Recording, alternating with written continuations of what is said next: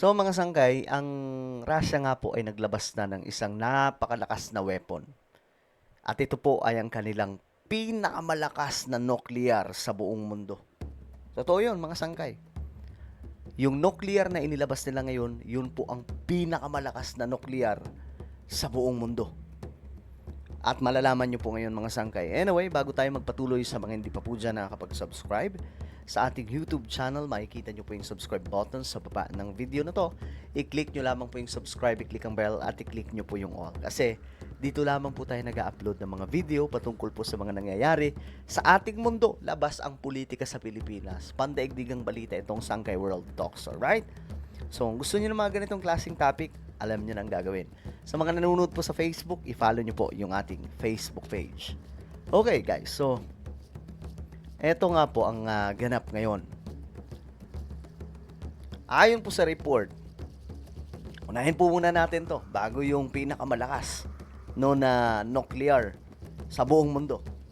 Digmaan sa pagitan ng Iran at Amerika nanganganib na muling sumiklab. Nako. Baka daw pumutok ulit. Alam nyo ba? Kapag pumutok ito, mga sangkay, hindi lang sila mamumroblema. Pati po tayo, buong mundo, Pilipinas, mamumroblema. Bakit? Tataas na naman po yung crudo niyan.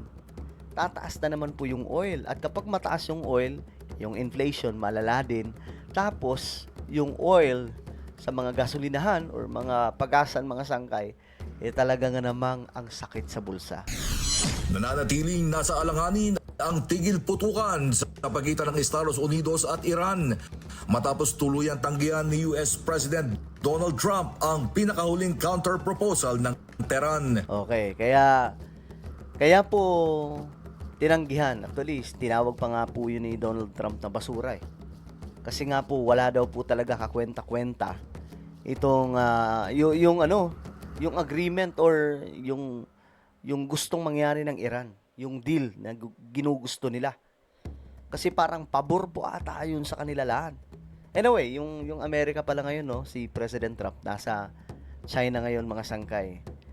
At si Trump po ngayon ay bumisita doon kasama po yung mga bilyonaryong mga Amerikano. Okay? So, yun lang naman. So, ito, mga sangkay, tingnan natin.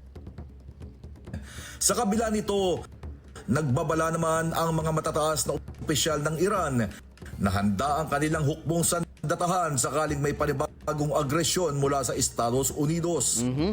Ayon kay Iranian Parliamentary Speaker Mohammad Bagher Ghalibaf, walang iba pang opsyon ng Estados Unidos kundi tanggapin ang mga karapatan ng mga Iranian na nakasaad sa kanilang 14-point proposal. Grabe, no? Parang sinasabi na nila na no choice kayo dito. Kami ang superior sa inyo. Kailangan yung sumunod sa kung anong gusto namin. Siyempre, si Trump yun. Hindi po yun si Biden. Hindi papayag yun. Kaya nga po nung nakita daw po ni Trump yun, nadismaya agad at tinawag agad na basura itong agreement na gusto ng Iran. Dagdag pa niya, handa ang Iran sa lahat ng posibleng senaryo. Aba. Nagbabala rin si Ebrahim Rezai ng Iranian Parliament's National Security Commission na tapos na ang pagpipigil ng Iran. Ayon kay Rezai, anumang pag-atake sa kanilang sasakyang pandagat ay sasagutin nila ng matinding pagganti laban sa mga barko at base militar ng Amerika. Sa kabila ng tensyon, naniniwala pa rin si Trump na titigil ang Iran sa uranium enrichment. Ano daw? Naniniwalang? Ito pa naman ang kinakatakutan nila, itong nuclear program ng Iran. Naniniwala pa rin si Trump na titigil ang Iran sa uranium enrichment at hindi ito makakabuo ng nuclear weapon. Okay. So, ayan mga sangkay. Naniniwala si Trump na itong Iran ay hindi na matutuloy ang programa patungkol po sa nuclear weapons. So, yun po kasi ang kinakatakot po ng Amerika kasi alam po nila na kapag tinoyo yung Iran, magpapalipad yan. Iran told me very strongly, because they intend to give us the nuclear dust, as I call it. It's easier than talking about other terms, because it's a term everyone likes. But the nuclear dust, which is what we hit, they told me, number one, you're getting it, but you're going to have to take it out, because the site was so obliterated that there's only one or two countries in the world that could get it. It's so deep and got hit so hard that there's no way they have the equipment to move it. Sinabi rin ni Trump na direkta siyang nakikipag-usap sa mga opisyal ng Iran kaugnay ng mga negosasyon. Okay. Ayon sa kanya, hindi nila kailangan madaliin ang kasunduan dahil nananatili ang blockade laban sa Iran.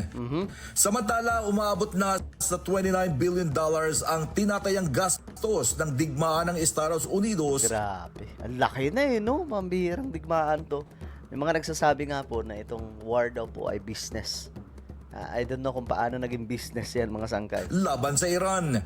Ayon kay Jay Hurst, na kasalukuyang gumaganap bilang Pentagon Controller, mas mataas ito kumpara sa naunang $25 billion estimate noong nakaraang buwan. Sinabi ni Hurst na hindi pa kasama sa halagang ito ang mga gasto sa pagkukumpuni ng mga nasirang US bases sa gitnang silangan. Grabe. So at the time of testimony in front of the House, it was $25 billion. But the Joint Staff team and the Comptroller team are constantly looking at that estimate. And so now we think it's closer to 29. That's because of updated repair and replacement of equipment costs and also just general operational costs to keep people in theater. Sa kabila ng lumalaking gastos ng Estados Unidos sa gyera nito sa Iran, naninindigan ang Trump administration na hindi ito titigil hanggang hindi isinusuko ng Tehran ang ambisyon nito sa nuclear program. James Bonduyan. Okay, so yan po yung nangyayari ngayon. Pero itong malala, dumating dito. Russia daw handa nang gamitin ang Sarmat ICBM. Alam nyo kung gaano kadelikado to? Sobrang lala na itong nuclear weapon nila. Nagpakawala ng pribadong tensyon ng Russia nang maging matagumpay ang field testing ng kanilang bagong Sarmat intercontinental ballistic missile. Inilarawan ni Russian President Vladimir Putin na ito na ang pinakamakapangyarihang ballistic missile sa buong mundo. Okay, marami din po talagang nagsasabi, yan daw po talagang pinakamalakas na nuclear sa buong mundo. Pinakamalala daw po talaga yan. Anya, papasok din sa combat service ang Sarmat missile bago matapos ang taong ito. Iginit niyang kayang lampasan ng naturang nuclear-capable missile ang anumang kasalukuyan at maging mga susunod pang missile defense systems ng Western powers. Okay, so ayun, nabalitaan na po natin to nakaraan na itong nuclear nga po ng Iran hindi kayang pigilan di umano ng kahit na anong mga pang-intercept. Kagaya po siguro ng Iron Dome ng Israel, hindi daw po talaga kaya. Kasi kaya po niyang banggain yun bago po pumutok. So, ganyan po kalalayan, mga sangkay. Sarmat ICBM ng Russia. Alright, so ano po ang inyong opinion, mga sangkay? Sa tingin nyo, gagamitin na po ito ni Putin laban po sa Ukraine at pasasabugin ang Ukraine? Comment down below. Huwag niyo pong kalimutan, guys, na i-subscribe yung ating YouTube channel. God bless everyone.